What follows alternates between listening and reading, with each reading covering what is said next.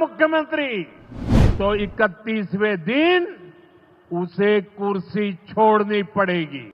नमस्कार, मैं अमित सिंह और आप देख रहे हैं फर्स्ट बिहार झारखंड। देखिए, बिहार की राजनीतिक गलियारे से बड़ी खबर निकलकर सामने आ रही है। आपको बता दें कि प्रधानमंत्री नरेंद्र मोदी बिहार दौरे पर हैं और देखिए, गया में मंच पर संबोधित करते ही प्रधानमंत्री नरेंद्र मोदी ने जो बयान दिया, उसके बाद राजनीतिक गलियारे में खलबली मच गई। देखिए, आपको बता दें कि हजारों करोड़ की सौगात प्रधानमंत्री नरेंद्र मोदी ने एक तरफ जहां बिहार वासियों को दे दी है, वहीं दूसरी तरफ प्रधानमंत्री नरेंद्र मोदी ने जो बयान दिया, उसके बाद बिहार ही नहीं पूरे देश की राजनीति गर्म हो गई है। बिहार में इसी वर्ष विधानसभा के चुनाव होने और उससे पहले एक बार फिर से प्रधानमंत्री ने जो बयान दिया, उसके बाद चर्चाएं तेज हो गई है और कई तरह की जो है बातें कही जा रही है। क्योंकि इससे पहले देखिए, बिहार में एनडीए का नेतृत्व कौन करेगा, बिहार में किसके नाम पर एनडीए चुनाव लड़ेगी, इस पर तो चर्चा हो रही थी। मुख्यमंत्री नीतीश कुमार के नाम को लेकर के देखिए कई बार चर्चा हुई और कहा गया कि चुनाव के बाद हो सकता है कि नाम बदल दिए जाए, मुख्यमंत्री का चेहरा जो है वो बदल दिया जाएगा। अमित शाह के बयान को भी देखिए, निजी जो मीडिया इंटरव्यू दे रहे थे अमित शाह, वहां भी उन्होंने कहा था कि जब चुनाव हो जाएगा, परिणाम सब कुछ आ जाएगा, तो मिल बैठ करके हम लोग ये बात करेंगे। हालांकि उसके बाद कई बार खंडन भी किया गया, लेकिन तेजस्वी यादव भी लगातार कहते रहे हैं कि बीजेपी चंद्रबाबू नायडू और नीतीश कुमार को डराना चाहती है।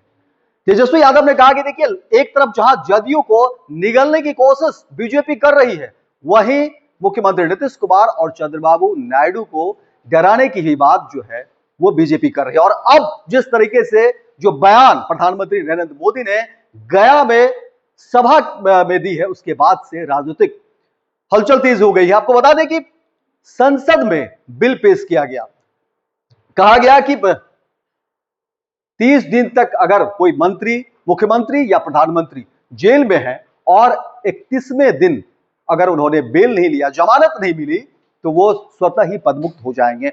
और इसी बिल को लेकर के देखिए, प्रधानमंत्री नरेंद्र मोदी सभा से संबोधित कर रहे थे, बातें रख रहे थे और कह रहे थे कि देखिए, ऐसा नहीं हो सकता कि कोई जेल से सरकार चला ले। और इसी बात को लेकर के देखिए, लगातार संसद में भी ये बातें कही गई और अब प्रधानमंत्री नरेंद्र मोदी जब बिहार आए, सभा को संबोधित कर रहे थे, सौगात की बातें कर रहे थे, उसी दरमियान प्रधानमंत्री नरेंद्र मोदी ने कहा कि देखिए भाई, ये प्रधानमंत्री के लिए भी है, मुख्यमंत्री के लिए भी है और मंत्रियों के लिए भी है कि 30 दिन तक अगर वो जेल में है तो इसी बीच उन्हें जमानत लेनी होगी, और अगर 30 दिन तक उन्होंने जमानत नहीं ली है तो वो फिर उन्हें इस्तीफा देना होगा, वो पदमुक्त हो जाएंगे, यानी उनकी कुर्सी चली जाएगी। और इसी को लेकर के देखिए बवाल मचा हुआ है कि आखिर राहुल गांधी ने इस पूरे मसले पर भी कहा कि देखिए, एक तरफ जहां ये लोग जो है वोट चोरी कर रहे हैं, मतदाता सत्यापन को लेकर के सवाल खड़े हो रहे थे, और अब कहा जा रहा था कि देखिए, अब ये लोग जो है मुख्यमंत्री ही चोरी कर लेंगे। तो ये आरोप जो है विपक्ष की तरफ से भी लगने शुरू हो गए हैं कि देखिए, एक तरफ जहां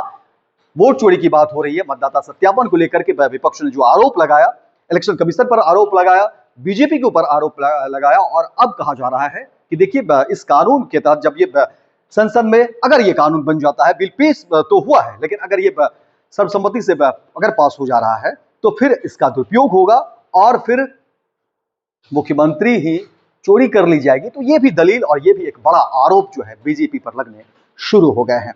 देखना दिलचस्प होगा कि आने वाले समय में अब इस बिल पर जो है क्या कुछ होता है, फिर पार्लियामेंट में, संसद में किस तरह से फिर चर्चा होती है और फिर क्या कुछ इस पर चीजें क्लियर होती है। लेकिन प्रधानमंत्री नरेंद्र मोदी के बिहार दौरे और उसमें दिए इस तमाम प्रकरण पर बयान को लेकर के एक बार फिर से चर्चा तेज हो गई है। जो 60-65 साल तक सरकार में रही है, उनके भ्रष्टाचार की लंबी लिस्ट है। आरजेडी का भ्रष्टाचार तो बिहार का बच्चा बच्चा जानता है। मेरा साफ मानना है कि भ्रष्टाचार के विरुद्ध लड़ाई को अगर अंजाम तक पहुंचाना है तो कोई भी कार्रवाई के दायरे से बाहर नहीं होना चाहिए।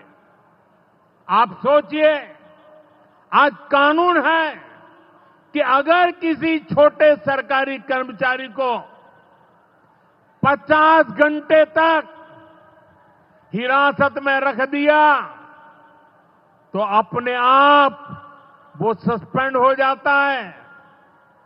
ड्राइवर हो, छोटा क्लार्क हो, प्यून हो, उसकी जिंदगी हमेशा हमेशा के लिए तबाह हो जाती है। लेकिन अगर कोई मुख्यमंत्री है, कोई मंत्री है, कोई प्रधानमंत्री है, तो वो जेल में रह करके भी सत्ता का सुख पा सकता है। ये कैसे हो सकता है? हमने कुछ समय पहले ही देखा है कि कैसे जेल से ही फाइलों पर साइन किए जा रहे थे, जेल से ही सरकारी आदेश निकाले जा रहे थे।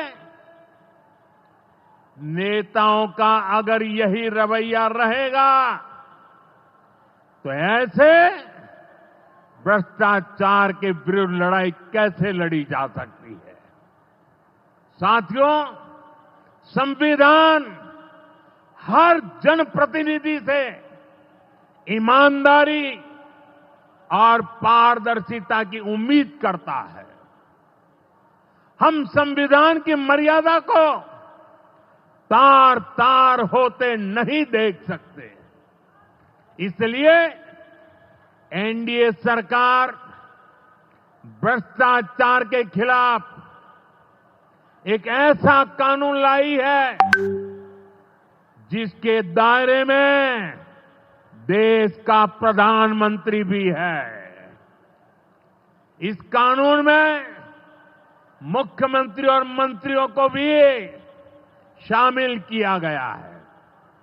जब ये कानून बन जाएगा तो प्रधानमंत्री हो या मुख्यमंत्री या फिर कोई भी मंत्री, उसे गिरफ्तारी के 30 दिन के अंदर जमानत लेनी होगी और अगर जमानत नहीं मिली तो 31वें दिन उसे कुर्सी छोड़नी पड़ेगी। आयुष्मान भारत के तहत निशुल्क surgery Netaji Subhash medical college एवं हॉस्पिटल में जनरल सर्जरी, नेत्र surgery, ENT surgery, ortho surgery, प्रसूति एवं स्त्री रोग सर्जरी की सुविधा आयुष्मान भारत के तहत उपलब्ध है। साथ ही बीमा कंपनी के द्वारा इलाज की सुविधा। NSMCH, अम्हारा, बिहटा, पटना।